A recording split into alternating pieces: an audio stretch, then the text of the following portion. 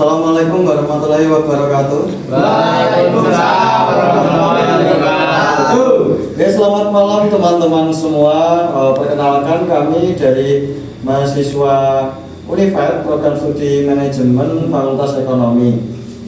Jadi ya seperti biasa kalau kita buat video pasti kita dapat tugas ya dari dosen kita. Dan ini tugasnya di mata kuliah manajemen strategik. Nah, disuruh untuk mewawancarai UMKM. Dan ini kita sudah bersama dengan kawan kita, bersama Kanjeng Raden Mas Agam Fatoni, dan beliau ini selamat ya Mas. Dan beliau ini punya usaha, teman-teman, usaha UMKM ini bergerak tapi di bidang ternak.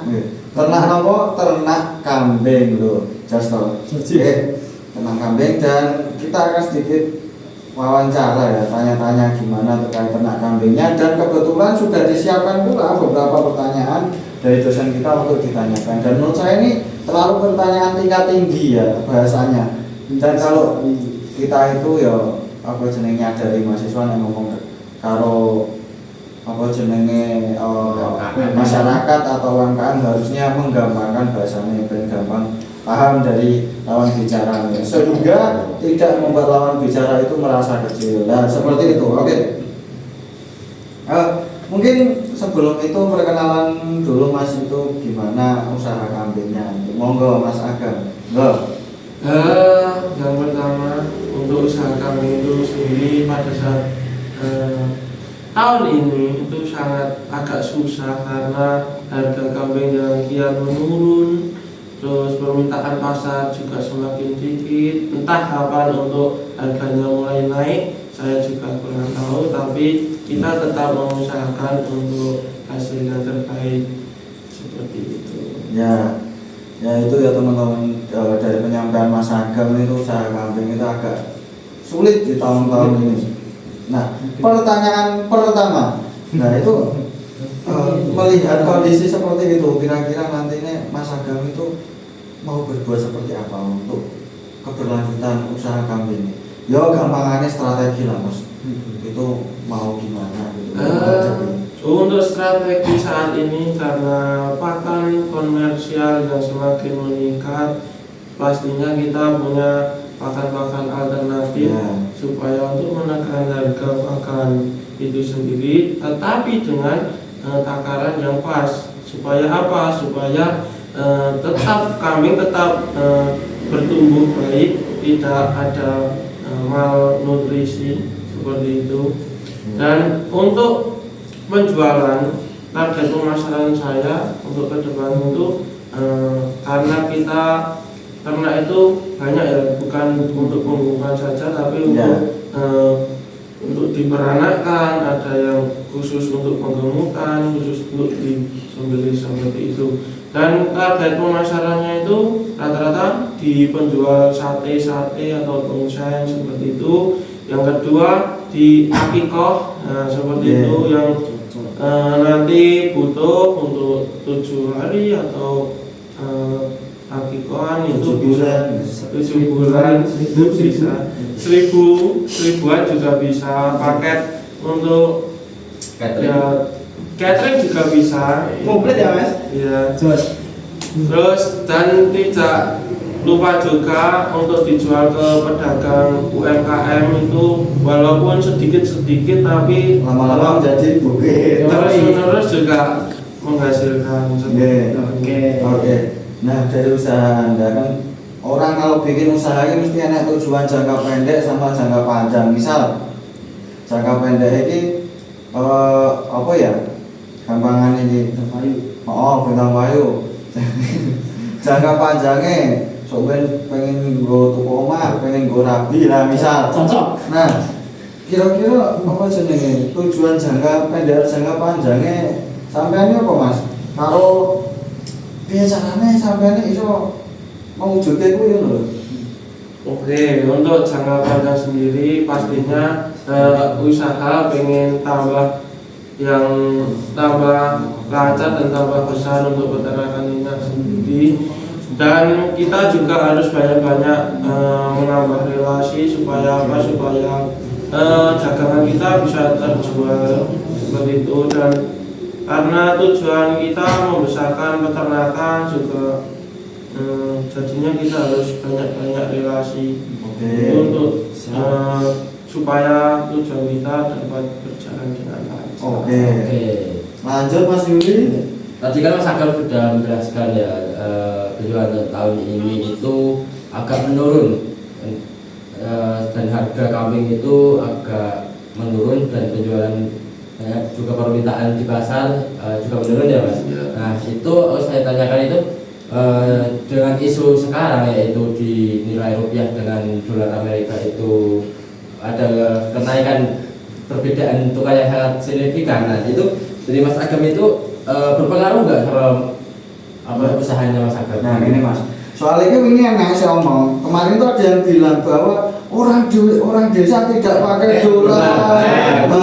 Itu aduh. Nah ini peternaknya ada dolar orang. Ya SGDM. Nah itu gimana Mas tanggapannya?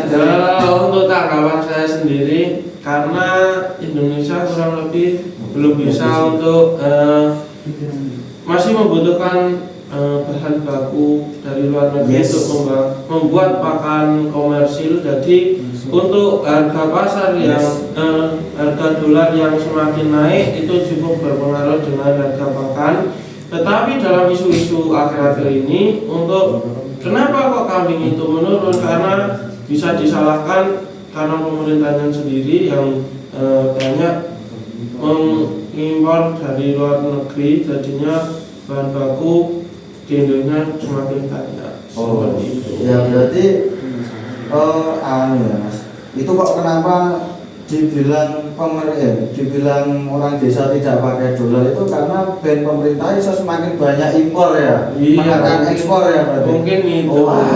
Itu masalah besar Mas. Kacau. Nah, Maksudnya Mas, tadi kan dari Mas Agam sudah menjaga dari ancaman-ancaman dari internal sendiri ya Mas, dari kelebihan dan kekurangan. Nah ini saya tanyakan itu ancaman dari luar, entah dari pesaing, entah dari konsumen, entah dari pemerintah, atau entah dari masyarakat yang sekitar, atau mungkin dari cuaca iklim yang bisa berubah waktu gitu Mas. Kalau dari iklim, tentunya kita dapat mensiasati dengan kandang yang kita entah sirkulasinya kita buat yang lebar atau penambahan kipas angin untuk sirkulasinya agar cuaca tetap stabil, dan untuk suhu juga stabil. Dan untuk ancaman dari luar itu kemungkinan karena entah pemerintahan kita yang terlalu pintar atau terlalu bodoh, juga nggak tahu juga, karena negara kita selalu dimanfaatkan untuk tempat ekspor. Jadinya di luar negeri kambing, sapi seperti itu rata-rata bukan hewan ternak, melainkan hewan yang berkembang biak sendiri, bahkan menjadi hama. Nah, luar negeri itu pintarnya seperti ini, untuk supaya menekan populasi hewan liar di sana, itu disembelih tapi dijual ke Indonesia. Makanya itu ketika Indonesia dapat barang dari luar negeri pasti dapat persenan, seperti itu. Entah pemerintahnya kita yang terlalu pintar atau juga sangat pintar ya. Terlalu pintar berarti. Nah, itu sebenarnya juga jadi masalah sendiri sih Mas, terkait pemerintah itu. Saya itu kadang pusing Mas. Lanjut Mas. Iya, tadi Anda juga menjelaskan terkait ancaman-ancaman untuk usaha Anda. Nah, itu bagaimana cara Anda menerapkan strategi atau menentukan strategi usaha Anda untuk mencapai tujuan yang Anda inginkan?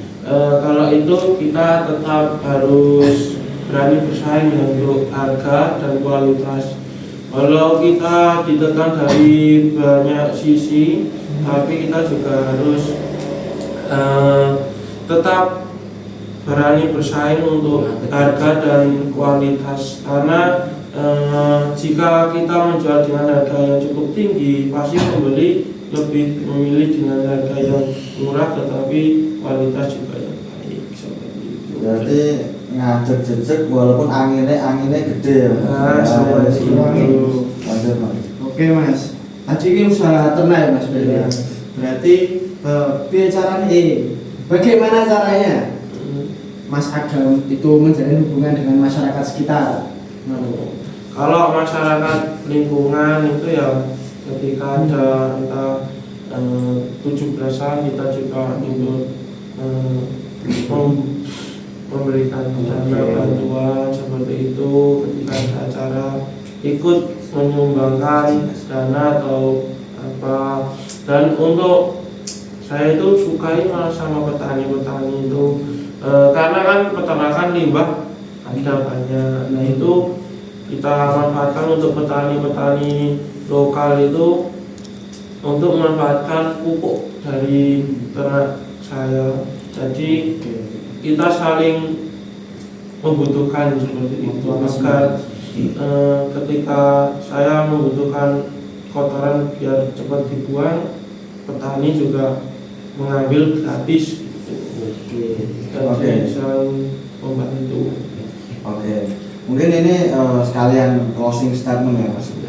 Closing statement dari Mas Agam terkait sebenarnya ini anak muda itu untuk yang terjun untuk beternak itu sebenarnya ada minat Mas, tapi masih rendah minatnya, ragu-ragu. Aduh iki kok aku iso ora lah, itu gimana?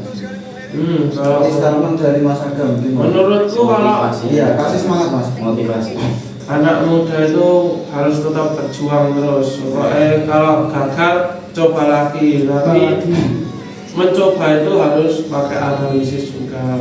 Tidak asal nyebur nanti bisa rugi dan bangkitnya agak susah. Suatu kegagalan dapat menjadikan suatu pembelajaran. Oke. Siap Mas Agam. Oke. Mungkin seperti itu ya diskusi kita dengan Mas Agam malam hari ini. Sampai jumpa di episode berikutnya di acara BAPB, Bincang Asik Perkara Bakul. Terima kasih Mas Agam. Selamat. Assalamualaikum warahmatullahi